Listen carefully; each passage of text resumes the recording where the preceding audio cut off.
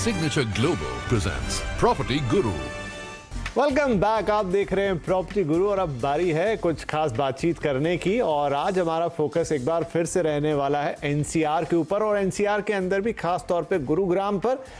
क्यों वो मैं आपको बताऊंगा, लेकिन उससे पहले अपने मेहमान से आपका तारुफ करवाते हैं। हमारे साथ आज कार्यक्रम में मौजूद हैं रवि अग्रवाल साहब, जो कि को फाउंडर हैं और मैनेजिंग डायरेक्टर हैं सिग्नेचर ग्लोबल के। रवि जी, बहुत बहुत स्वागत है आपका। तो खास तौर पे देखिए, बैक टू बैक काफ़ी सारे रिपोर्ट्स आ रहे हैं अब, क्योंकि पहला हाफ जा चुका है इस साल का और तमाम प्रॉपर्टी रिपोर्ट्स ये बता रहे हैं कि जो रियल एस्टेट मार्केट है वो बहुत बढ़िया कर रहा है। लेकिन अगर हम खास तौर पे बात करें, लग्जरी में काफ़ी फोकस है और इंटरेस्टिंग फिगर ये आया है कि जो एनसीआर है, अगर हम पुराने नंबर से कंपेयर करें तो वहाँ पर मार्केट में बड़ी तेज़ी आई है। और एनसीआर के भी जो अलग अलग पॉकेट्स हैं उसमें गुरुग्राम का नाम नंबर 1 पे। तो पहले तो रवि जी मैं यही जानना चाहूँगा कि गुरुग्राम में आखिर इस समय मार्केट इतना हॉट क्यों हो गया है और ख़ासतौर पे लग्जरी मार्केट में इतनी डिमांड क्यों है? विपिन जी, क्या है, गुड़गांव ना एक मिलेनियम सिटी है। It's not just a location. इसमें गुड़गांव की जो कनेक्टिविटी है बहुत बड़ा रोल प्ले करती है। गुड़गांव स्ट्रेटेजिकली इतना स्ट्रांगली लोकेटेड है कि आप समझिए, चाहे जितने भी एक्सप्रेसवेज हैं उसको चारों तरफ से वो लोग उसको कनेक्ट करते हैं। फर्स्ट, एक तरफ हम लोग अगर नॉर्थ वाला पार्ट देखें तो उसको द्वारका एक्सप्रेसवे कनेक्ट करता है। मिड में दिल्ली मुंबई जो अपना ये जयपुर एक्सप्रेसवे है वो कनेक्ट करता है। NH8 है। इधर साउदर्न पेरिफेरी रोड है, इसको पूरा साउथ कनेक्ट करता है। और इससे आगे अगर हम बढ़े तो इंडिया का largest expressway Delhi Mumbai Baroda expressway वहां पर। तो इंफ्रा का जहां पर भी इतना बढ़िया कनेक्शन होगा वो लोकेशन अपने आप में प्राइम होगी। और साथ में national and international, domestic and national international दोनों एयरपोर्ट इसके पास आते हैं। और तीसरी बात सबसे बड़ी कि वर्ल्ड जो फॉर्चून 500 कंपनीज हैं उनमें से भी करीबन 250 से 300 कंपनीज के जो ऑफिस हैं वो गुड़गांव के अंदर है। वो एम्प्लॉयमेंट जनरेटर है। आज अगर हम 10 साल पहले पीछे मुड़ के देखें, 10 साल पहले अगर जैसे मुंबई में BKC है तो कोई भी कंपनी को ऑफिस लेना होता था, कोई भी कॉर्पोरेट ऑफिस लेना होता था तो BKC आती थी। इधर दिल्ली में आती थी तो कनॉट प्लेस ऑफिस लेती थी। लेकिन जिस तरह से कनेक्टिविटी गुड़गांव के अंदर डेवलप हुई, इंफ्रास्ट्रक्चर का डेवलपमेंट हुआ, एयरपोर्ट, ये सारी चीजें होने के बाद आज उन फॉर्चून 500 कंपनीज की पहली प्रेफरेंस गुड़गांव के अंदर ऑफिस लेना है।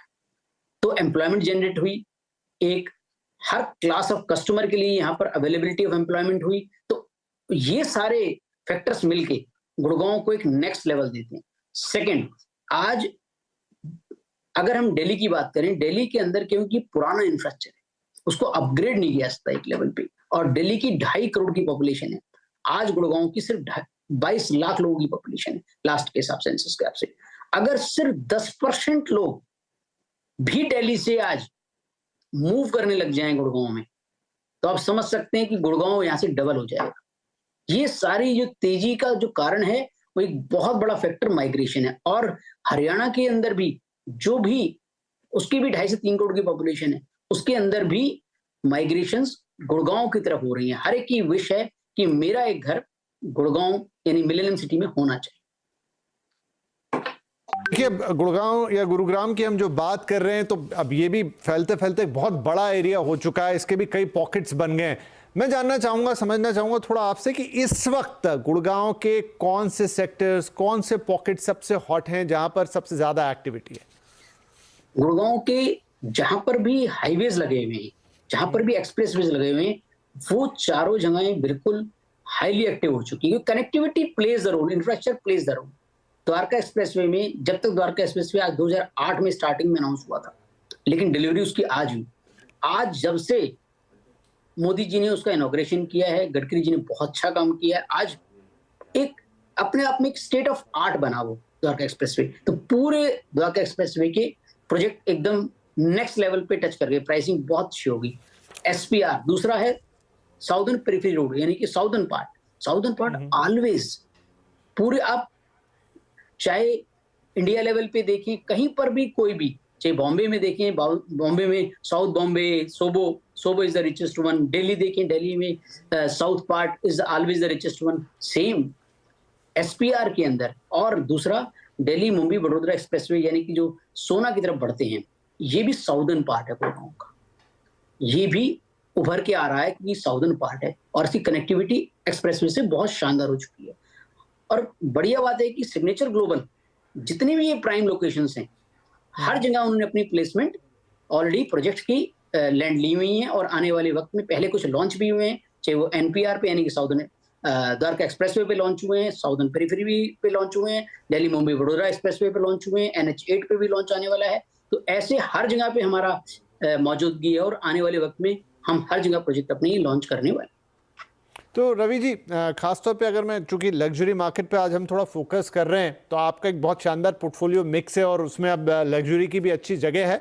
आपके लग्जरी प्रोजेक्ट इस समय, मैं कस्टमर पॉइंट ऑफ व्यू से इस सवाल को समझना चाहूँगा कि आपके जितने गुरुग्राम स्पेसिफिक प्रोजेक्ट है लग्जरी वाले, उनमें कस्टमर्स का फीडबैक कैसा है?